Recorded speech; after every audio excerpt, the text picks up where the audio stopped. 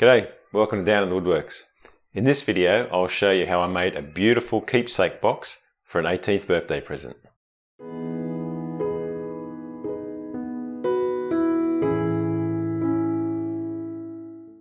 The box starts off with this really interesting hardwood board that had a lot of figure towards one side and straight grain on the other.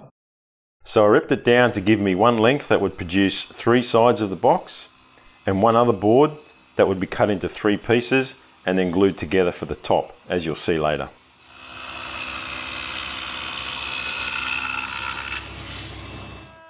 This board was already pretty flat and straight, so I just gave it a couple of passes over the jointer to remove the old finish and to thin it down a bit so the box wouldn't look too heavy or bulky.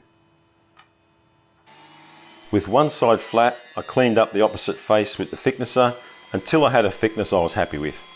I did the same for the other board that would make up the lid.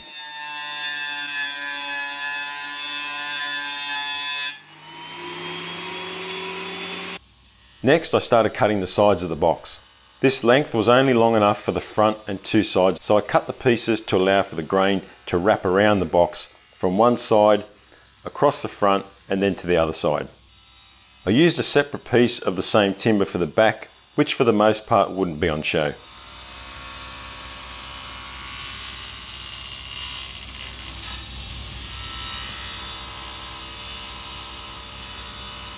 Even though I was taking my time with these cuts, I was still getting a small amount of tear out. So I tried scribing a cut with a marking knife to sever the grain first, and it made a big difference.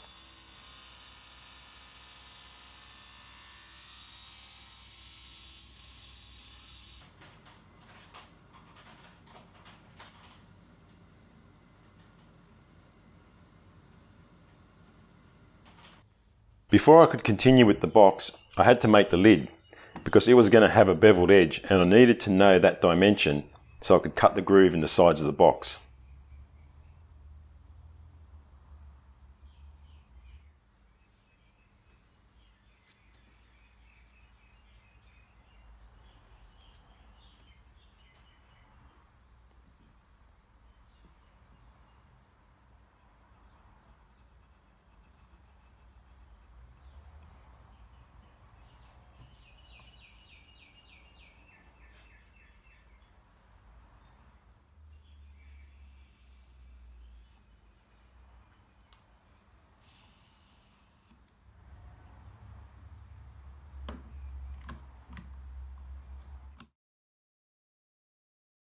Once the lid had dried, I cut the bevel using the table saw.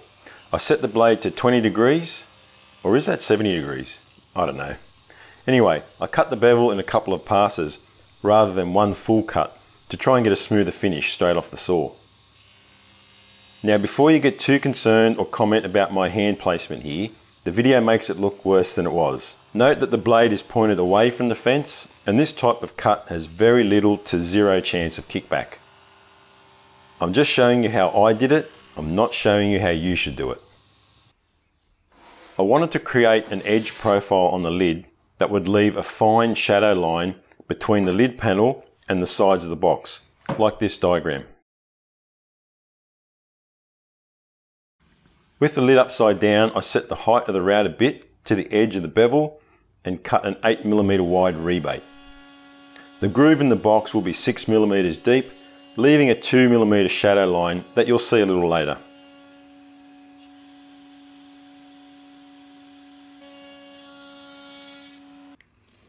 To avoid tear out on the end grain, I used a knife again to cut the grain fibres before routing the rebate.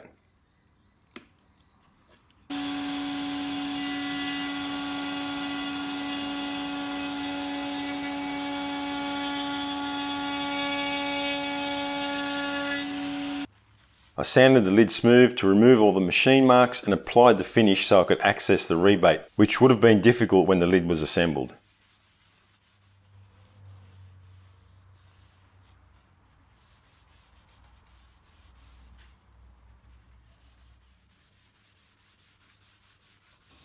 Now that I knew how wide the groove for the lid needed to be, I went ahead and cut the grooves in the box pieces as well as the groove for the 3mm ply base.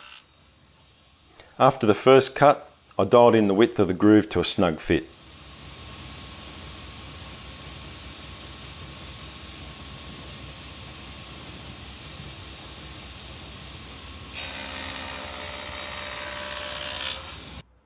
Then it was time for glue up. I taped the pieces together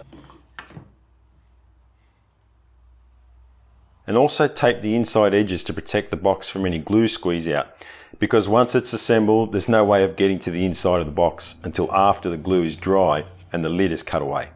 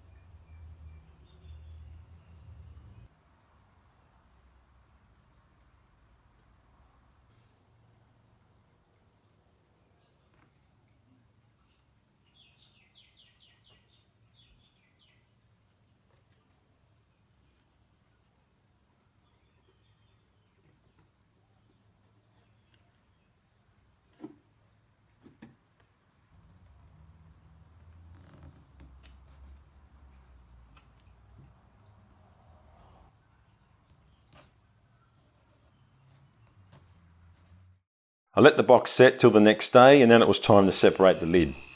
To cut the lid off the box, I used an old thin kerf circular saw blade, and I set the height of the blade to just a little lower than the thickness of the sides of the box.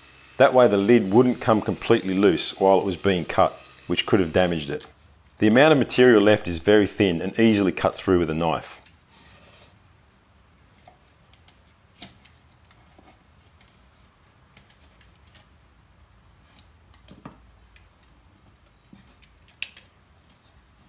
Seems that old blade I used was a bit dull. And this is where taking the extra time to tape the inside of the joints pays off.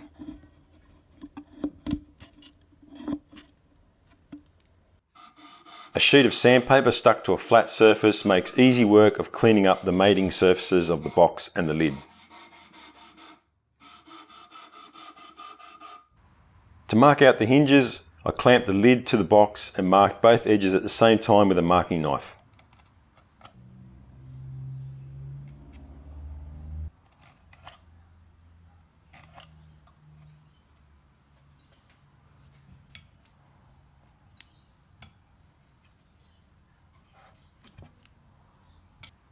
I then used a fine pull saw to cut across the grain to give me a definitive line to route to and to eliminate any tear out.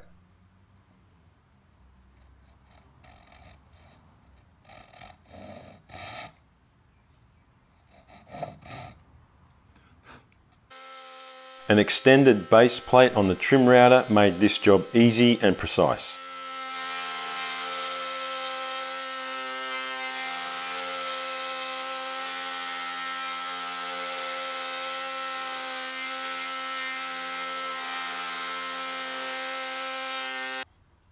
A little cleanup of the corners with a chisel and these were done.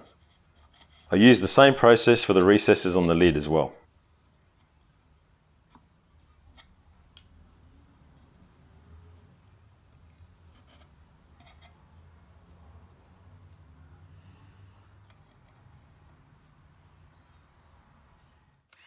To fit the hinges, I used a self-centering drill bit to make a small dimple in the wood to use as a locating center for a pilot drill.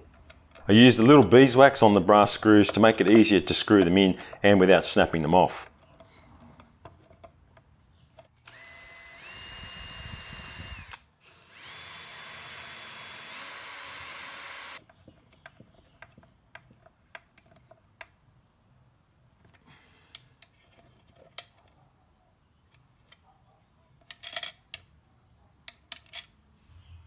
To fix the lid to the hinges, I used little spacers to raise the hinge leaves, and then with some Starbond CA glue and accelerator, I lined up the lid perfectly and stuck it to the hinges so I could come back and install the screws.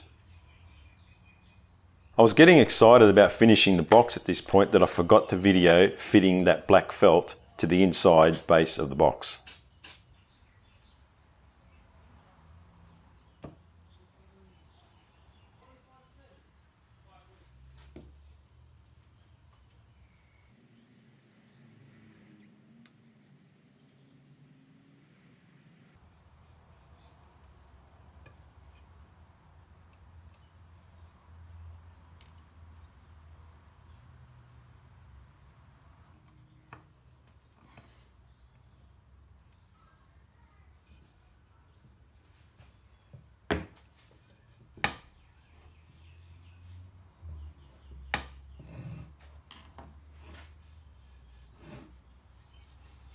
perfect. I added the chamfer to the lid.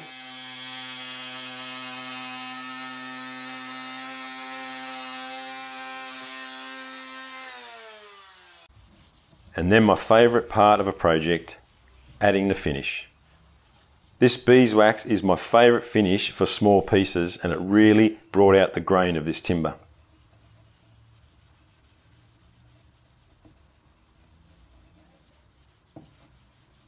To finish the box off, I went and visited my friends at Laser Love Co. to have the lid laser engraved.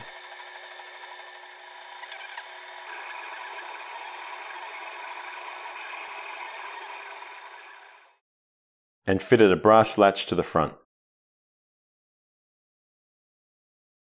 Well, I think the box turned out so well. The grain and the look of that old board I had lying around was just a real surprise.